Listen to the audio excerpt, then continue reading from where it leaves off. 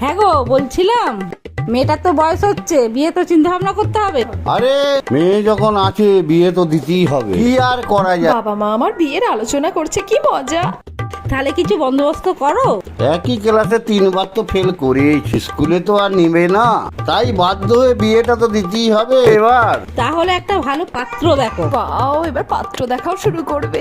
আগে তো একটা ভালো পাত্র দেখি, এত চিন্তা ভাবনা করো না, সব ব্যবস্থা আমি করে দেবো। এইবার মনে হয় বিয়েটা আমার হয়েই যাবে, কেউ আটকাতে পারবে না। মা, আমি এসে গেছি। বাবু,